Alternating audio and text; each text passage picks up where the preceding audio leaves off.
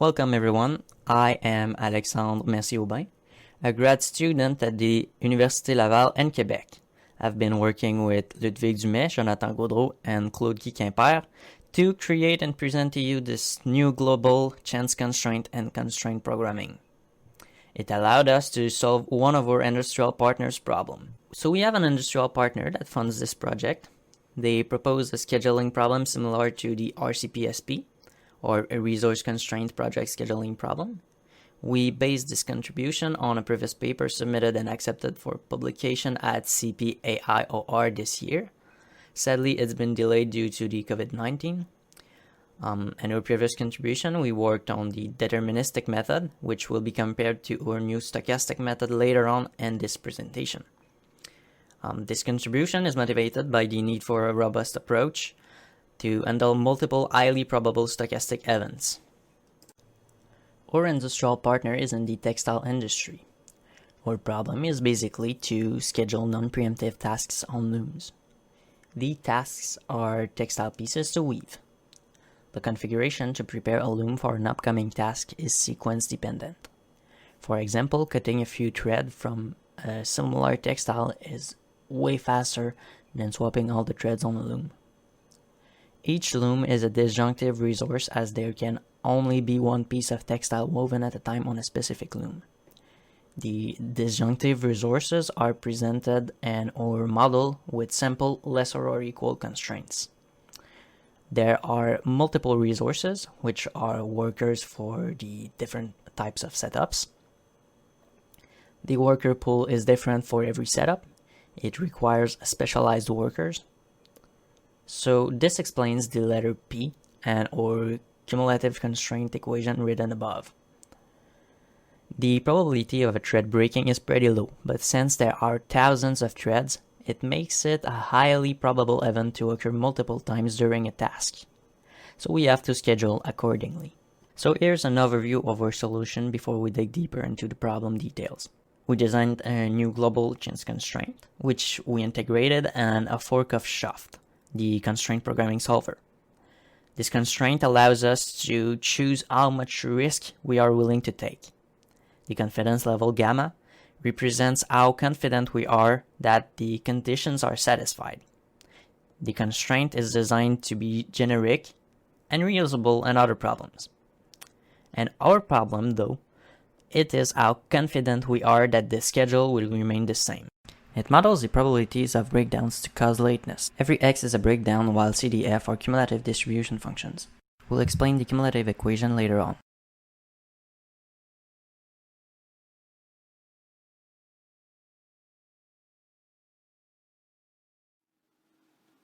Hello everyone, my name is Mathieu Collet. I'm working at Simula Research Laboratory, which is located in Oslo in Norway. I also work in collaboration with ABB Robotics for testing industrial robots. The goal of my research is to develop a new tool named RobTest. This tool is a constraint programming approach to generate maximal test trajectories for industrial robots. Nowadays, developing industrial robots which are safe, performant, and robust is a challenging task. The goal of generating test trajectories is to increase the chance to uncover potential failures. These failures can be a software or an hardware problem inside the robot. Currently, these test trajectories are manually created by test engineers. Once the test is written, it can be launched either on a real robot or a simulated system. After the execution of this test, the test engineer can have a look to the test output, error messages, or data coming out from the robot in order to detect if there is any problem inside this robot. But with this system, when a test is created, this is always the same test that is executed on the robot. So with our new approach, we would like to automatically generate these test cases and also to produce several different tests in order to execute all these tests on the robot and not only one. And the goal will be to generate optimal test cases. Our contribution is a new tool named RobTest. This tool is able to generate test scenarios with high resources usage. The generation of these test scenarios is something challenging in the robotic domain because you should take into account several different parameters like the robot motion, robot speed, or the environment around the robot. RobTest is an intelligent process using constraint programming and optimization in order to generate test cases. A test case is a test program performed by a robot. So you have an example of test cases at the screen in which you have several motion instructions. Our new approach is using two constraint solvers. A solver over continuous domain for modeling the robot workspace, and a solver over finite domain in order to generate maximal load test trajectories.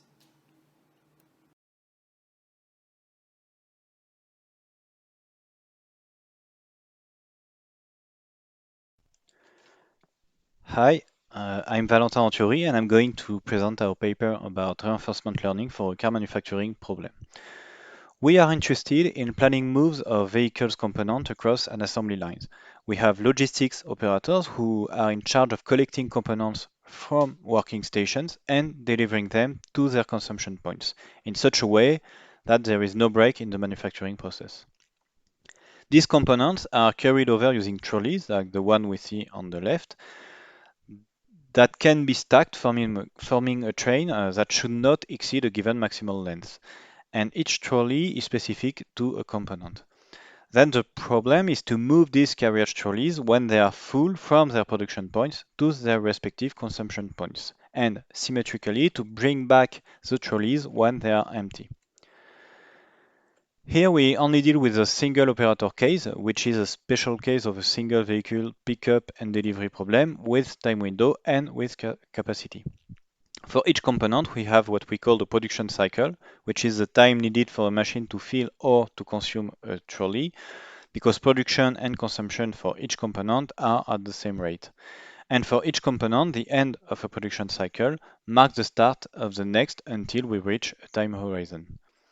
Then for each component and for each of its production cycle, we have two requests, the full trolley request ending at the consumption point, and the empty trolley request ending at the production point.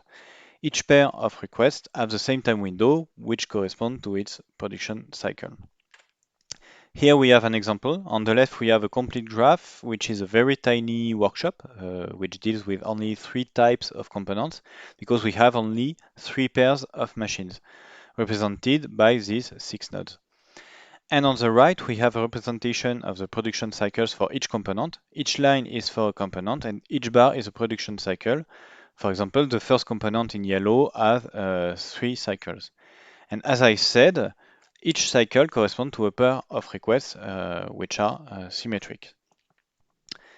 In this talk, I will start with notation for the problem. Then I will only talk about one of the 3 baseline models we described in the paper. We proposed 2 CP models and compare them to the local search solver currently used at Renault. Both of the CP model outperform the local search, but given the size of the problem, which can have more than 7,000 requests, we think that backtracking search is unlikely to solve hard instances. However, we observe that greedy runs seem often successful. Then we want to take advantage of this observation, and we propose to learn a good stochastic policy via reinforcement learning and to exploit this policy with 3 different methods I will describe. Those 3 methods are better than the previous ones, and I'll give you some results that demonstrate this.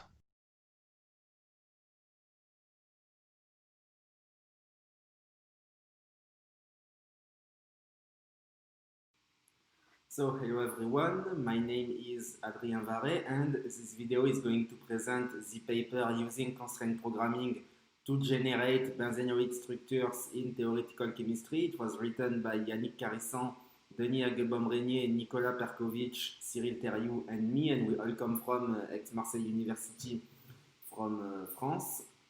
So this paper is going to talk about a specific kind of molecules called benzenoids, which are a subfamily of hydrocarbons, molecules that are only made by hydrogen and carbon, and these molecules have the particularity of having their carbon building cycles of size 6, so hexagons. If we look at the figure A and B, you can see two examples of well-known benzenoids with the benzene and the anthracene.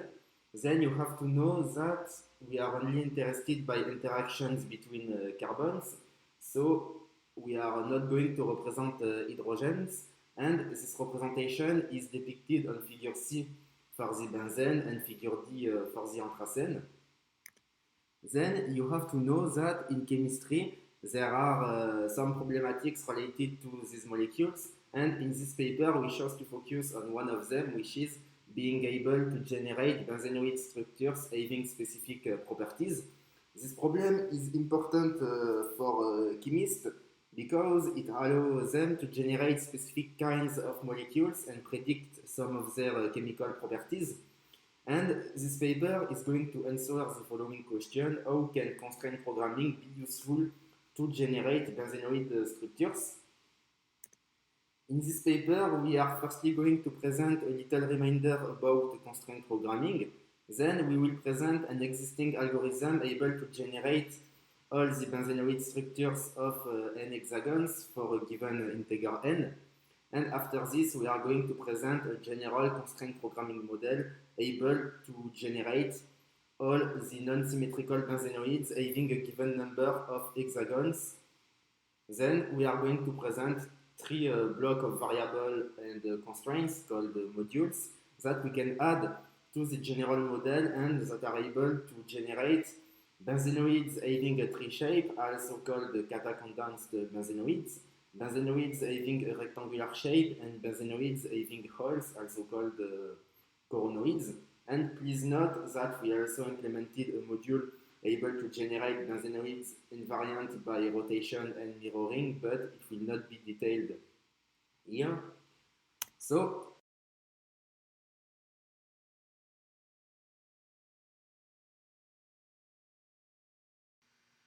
hello everyone, I am Adrien Varret, and this video is going to present the paper computing the local aromaticity of benzenoids thanks to constraint programming.